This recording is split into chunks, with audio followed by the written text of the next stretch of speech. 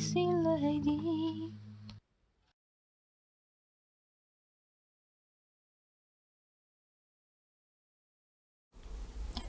Bonjour, c'est Joanna de la chaîne Tracy Lady Éducation Alternative. Et aujourd'hui, c'est mon sixième vidéo. Je suis fatiguée. Peut-être que pour être juste, je devrais faire le français avant anglais. Peut-être. C'est la série de vidéos sur la grammaire ancienne et grammaire polonaise, parce que grammaire polonaise est l'exemple de la grammaire ancienne. Et la langue aussi. Maintenant,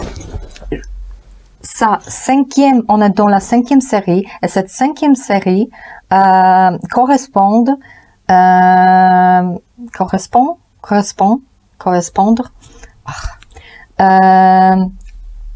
au livre que j'ai écrit, Grammaire polonaise exercice. C'est le livre pour le cours de polonais pour les étrangers. Maintenant, je ne veux pas répéter tout parce que, bon, il y a beaucoup de grammaire là-bas. J'ai décidé de parler maintenant, dans cette série, le maître, des sujets un peu plus linguistiques, générales. Et c'est pour ça, j'en ai parlé déjà, quelle est la langue ancienne, quelle est la plus ancienne, bon, disons. Je n'ai pas vraiment répondu à cette question, parce que je ne voulais pas. Et puis, j'en ai parlé des types de langues. Je vais parler encore des arbres de langue, l'arbre ou le modèle de langue, des familles. Et là, ici, je vais parler des proto-indo-européens. Langue européenne. Et bon, ça n'existe pas. Ça n'a jamais existé. En fait, maintenant dans la linguistique, on trouve, on est attaché à cette théorie que avant, parce qu'on a la civilisation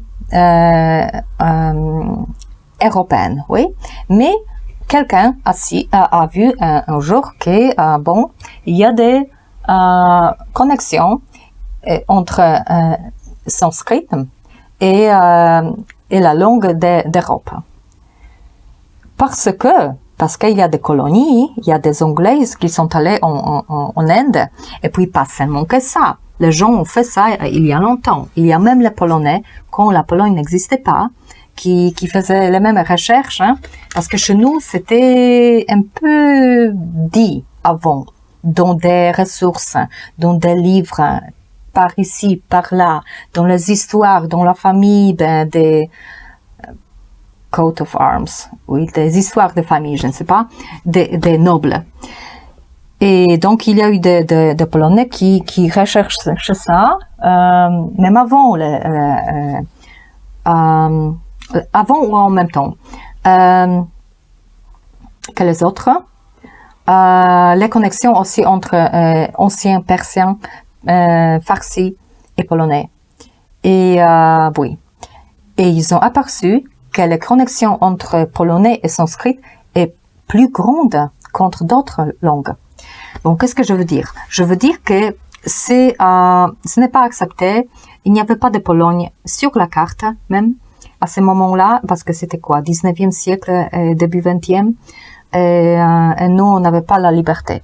Ça devait être peut-être comme ça, parce que la langue ancienne, en Kali Yuga, elle devait se cacher. Elle devait un peu travailler sur l'ombre, on peut dire. C'est ce qu'on a fait.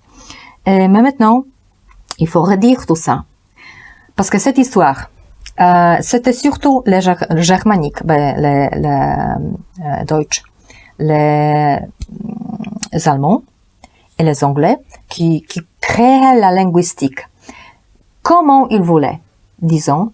Et après, Hitler, toute la politique, ils ont utilisé ça pour eux, pour un peu dire que le monde allemand et germanique est ancien et grand, ce qui n'est pas le cas parce que c'est l'inverse. Mais je veux dire, dans cette théorie, ils disent qu'il y a eu une langue de base, langue mère. Et ça, c'est vrai. Oui, Parce que la civilisation, quelle? La civilisation, on ne peut pas dire générale comme ça, proto-indo-européen, mais ça veut dire rien. Mais ça veut dire tout simplement que c'était en Europe et après en Inde et parfois on dit même en Iran, oui. Sumer, Persia, etc.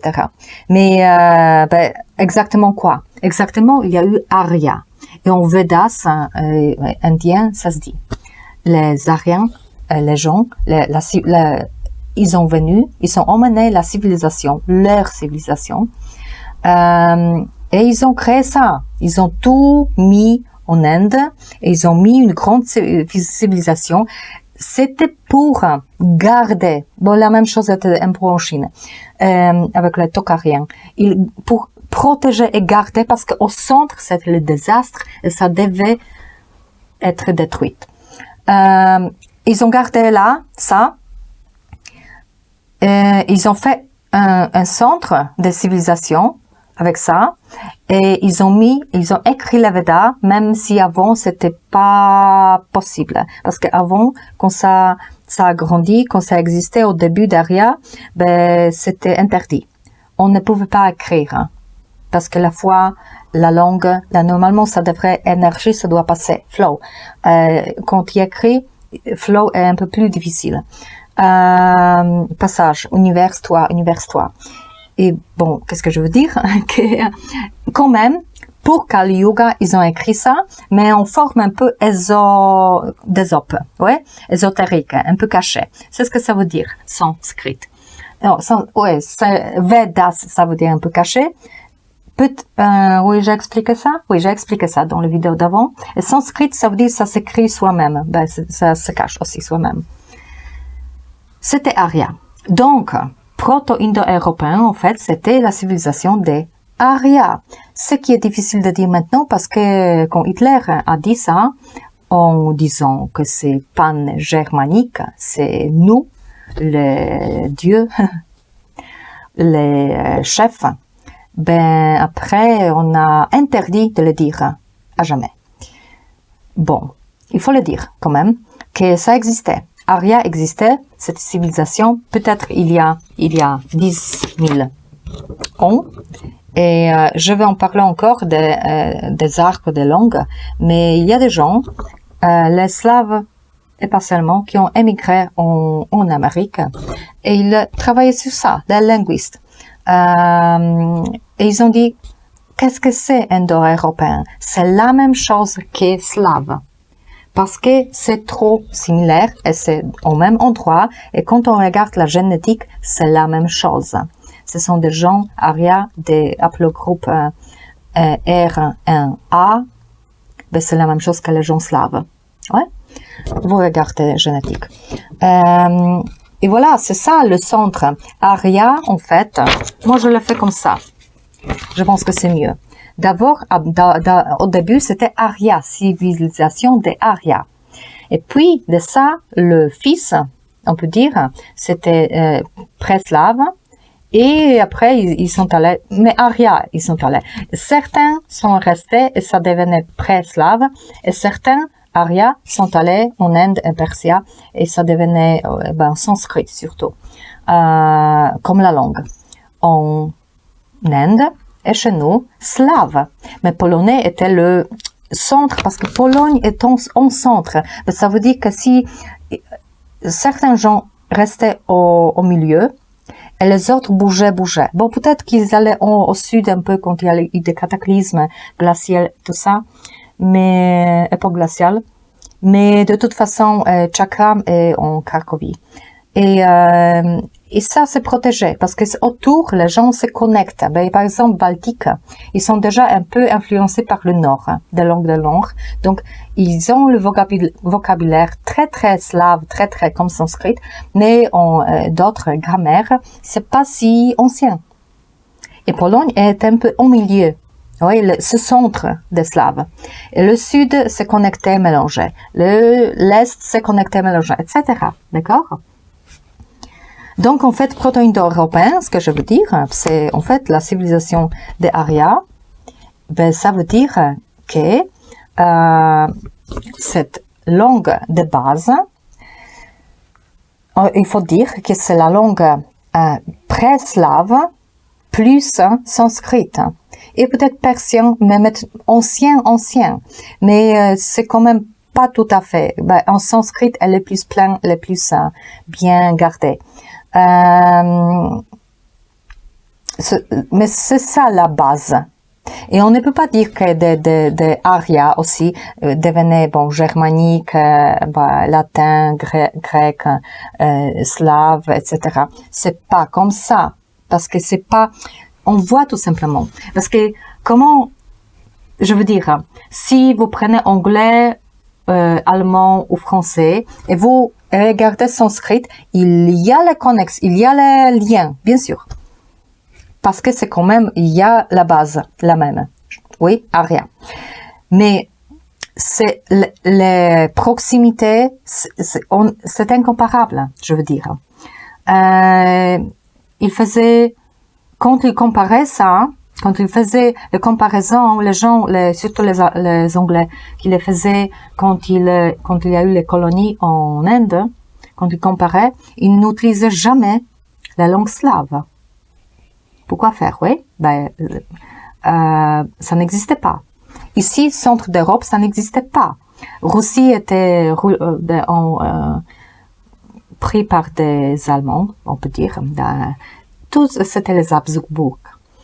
Et Pologne n'existait pas. Ça n'existait pas, quoi. Ils ont dit que c'est tout germanique.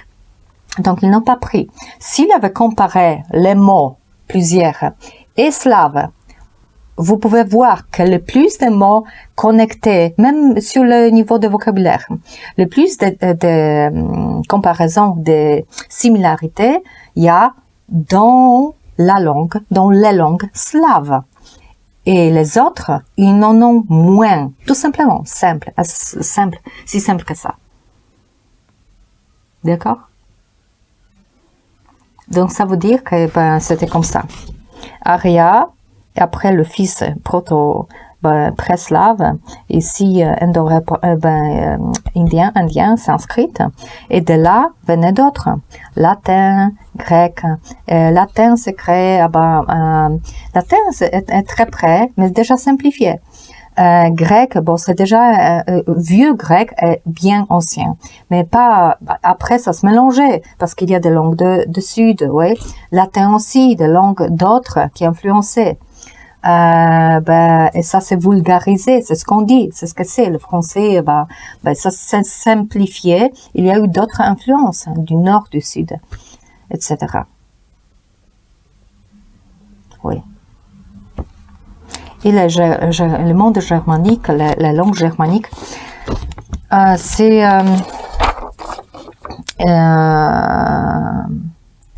ici, par exemple, ils disent germanique, c'est baltoslavique graftet, un peu avec celte et italique. Parce qu'en fait, germanique, c'était germanique, je veux dire Allemagne et maintenant Angleterre. Zaras, c'était entre slaves, c'est pour ça que c'est près.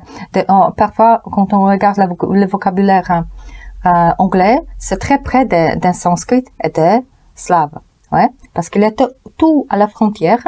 Et de l'autre côté, ils avaient le celtique, le latin, tout ça. Et puis, c'est un monde, c'est un pays, c'est une langue jeune. Regarde l'histoire. Ouais. Influencé, mais à la frontière avec slave. Donc, ils prenaient beaucoup. Dans la grammaire, ils ont, en anglais, je ne connais pas allemand, mais en anglais, il y a des structures qui sont anciennes. Mais quand même, c'est pas la langue avec inflexion, donc c'est pas ancien. Bon. Souvenez-vous que la langue manifeste le monde.